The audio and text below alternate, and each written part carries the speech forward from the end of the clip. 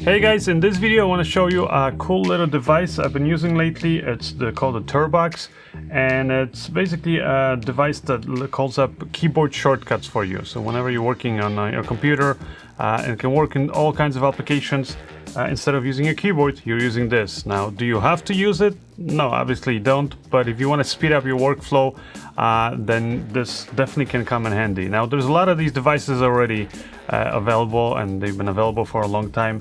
So what is the reason why I'm using this particular one versus some of the other ones, and also how I use it is kind of what I'm going to show you in today's video.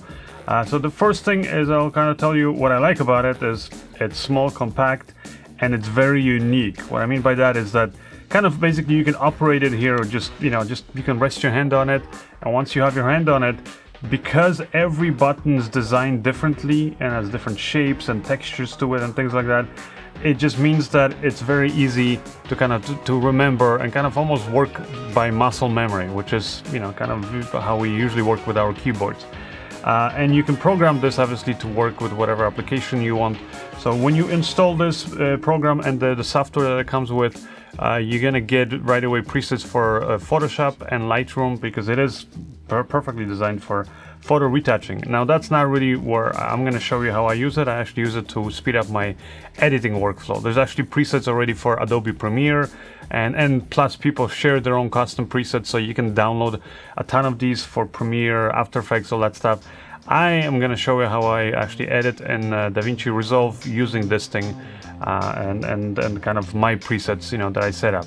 Now, one of the reasons why I really like this particular one versus some of the other surfaces is, like I said, it's small, but it's very well built. Like, it doesn't slide around on the table. It's it's not that heavy, but it's at the same time it doesn't feel like this light little thing where it's just gonna kind of like I said, kind of feel flimsy in your hand. So it's well built. Now the main thing for me though is like I said before, is that all the buttons are very different from each other, and kind of just the layout and the texture of the buttons and the size of them, all those things means that it's something that you can very quickly get used to, so that you don't have to look down at it anymore, and when you're operating it. I've been getting a lot of these kind of surfaces, kind of control surfaces. This is one of the ones that I got. A lot of them have cool ideas. This one has this magnetic thing.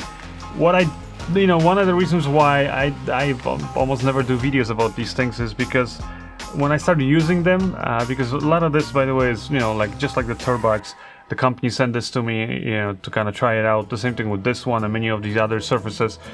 When I get these things, basically the companies go, "Hey Tom, why don't you try it out in your workflow? Hopefully you like it. Maybe you can, do a video about it on your channel."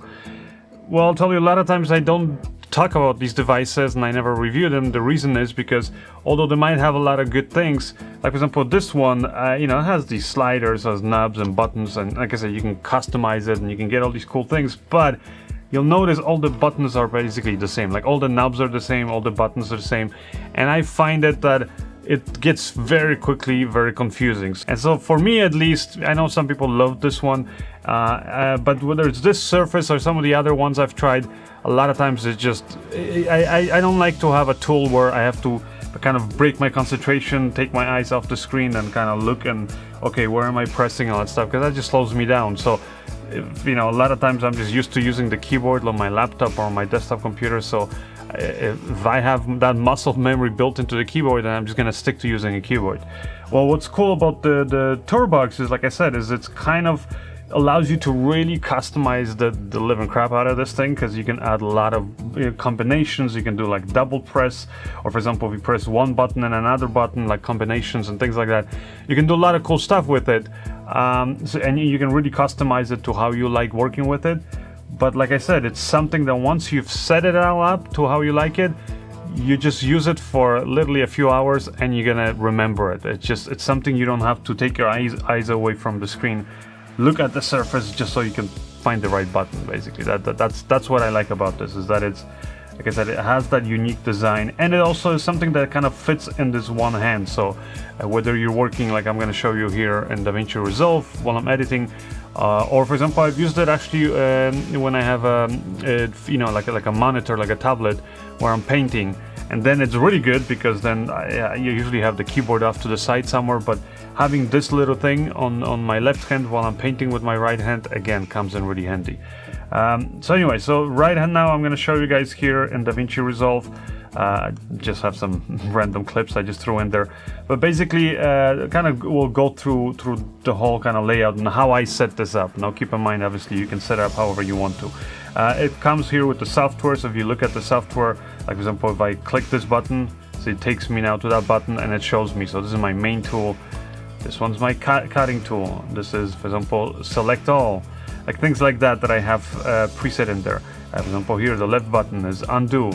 Again, you know, just keep in mind that you can customize all of these things.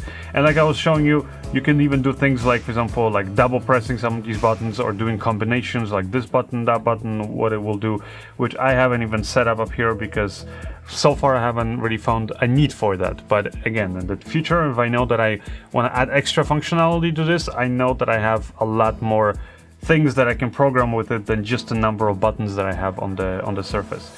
So anyways, let me jump in here to DaVinci Resolve. Now, by the way, my preset for TourBox, if you guys like this, what I have, then I'm actually going to share it. So you'll be able to just follow the download link down in the description of this video, and you'll be able to find my preset for this if you already own TourBox. Anyways, my first I'll show you here is this kind of this scroll wheel. What does it do? Well, for me, one thing I really love doing when I'm editing is always, I find myself at least always zooming in and out of the timeline, and this just makes it really easy. I can like zoom in, go, you know, frame by frame, for example, and then I can zoom out quickly, jump to the next frame, next clip, all that stuff, and it just, again, it just makes zooming in and zooming out a lot quicker. So that's kind of what I programmed this for. This scroll wheel, I programmed it so that I can scroll on the timeline. So again, I can do very slowly, frame by frame, or I can go faster. So that's the kind of cool thing about it. So again, it's like a nice scroll wheel, so you can, you know, nicely scroll through the timeline. This wheel, it actually has two functions. You can scroll it up and down, or you can press it, so it also has a button built into it.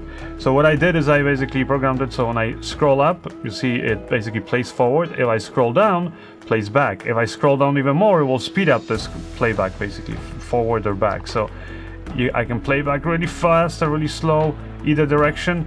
And if I want to, I can just press on it and it will pause it, pause the playback. So that's kind of a, you know, again, something that I personally find that tool be, you know, to be helpful. What's this tool here? Well, this is the snapping tool. So for example, if I zoom out here now, and let's say I'm scrolling, and right now I don't have, you know, the snapping tool on, but let's say I want to like get to the beginning of this clip. Well, again, I press that button, and now my snap tool here, which is basically this one here, it just takes me right to it. So I just find that again, it's something that I like to sometimes like turn on and off depending on how accurate I want to get, and if I want to be able to snap to a cut or something like that. What's the next thing? Oh, next thing is, for example, this top button, I set it for select all. And that's because a lot of times like I want to grab all the clips, let's say, and move them in the timeline. Now another cool thing also that you can do, which that I did at least, is these two buttons. So for example, the left one I did it with just select everything before. So again, right now I only have this one clip, so it selects that for me. The right button here is select everything after. So after basically, you know, your cursor on the timeline. And that's because like a lot of times, like for example, if I'll make like a cut here, here I go like that, and then let's say I want to select all the clips after, move them. That's, you know, a lot of times I find myself doing that, and let's say then reorder maybe this clip there, things like that. And I just find that to be, you know, again, something that's useful to me. Which then takes me to these two buttons. So this button, like I said previously, and kind of just showed you just now. So if I press this button, it takes me to my main basic cursor tool. Now if I press this button, the short one on the right side, then it takes me to my cutting tool. So that's how I can, for example, like let's see if I want to go here and, I don't know, for whatever reason, make a cut like exactly right there. Again, I can do that. And then go back to my tool, my main tool, and then let's say I can move this, or, you know, again, adjust my edit, things like that. What are these buttons then? So these buttons are going to be like, let's say if I wanted to copy this, so press up, that copies the clip that I've selected, or the various clips.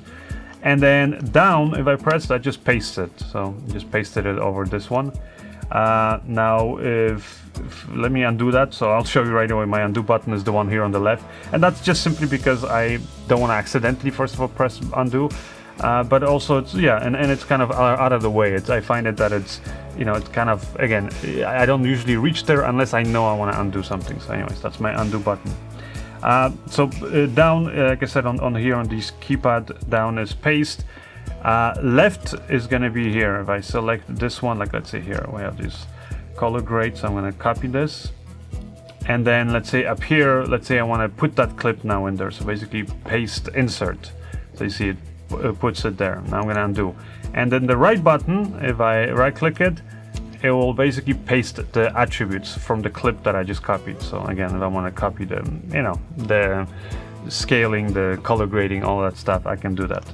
And that's pretty much in a nutshell kind of how I have it. And again, like if you look at it, I can quickly zoom in, zoom out, scroll in detail. I can really see, for example, what I'm doing, find the exact frame that I want.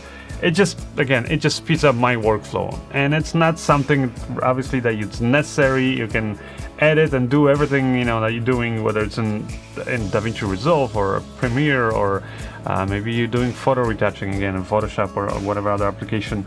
Obviously, you can use those programs without anything like this, but considering how cheap this is, by the way, comparing it to the competition, how small, easy it is to travel, and how cool it is, you know, just with its layout and the fact that you can really customize it to really suit your needs.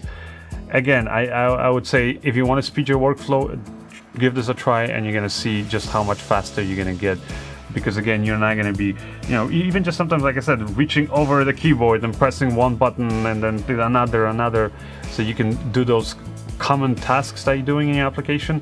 That adds up over a period of, let's say, an 8-10 hour, or, and let's be honest, if we're editing some kind of project, it's usually like 12-14 hour days that we're doing. So when you're spending that many hours constantly reaching over the keyboard or looking for you know, a button that you forget or something, it adds up over that many hours. Whereas again, this thing just makes it really quick. So again, if you want to speed up your workflow, TourBox, get it. Follow the links in the description. Also follow the links if you want to get my preset for this this cool little device for Davinci Resolve. And as always, just head on over to my website, tomantosfilms.com.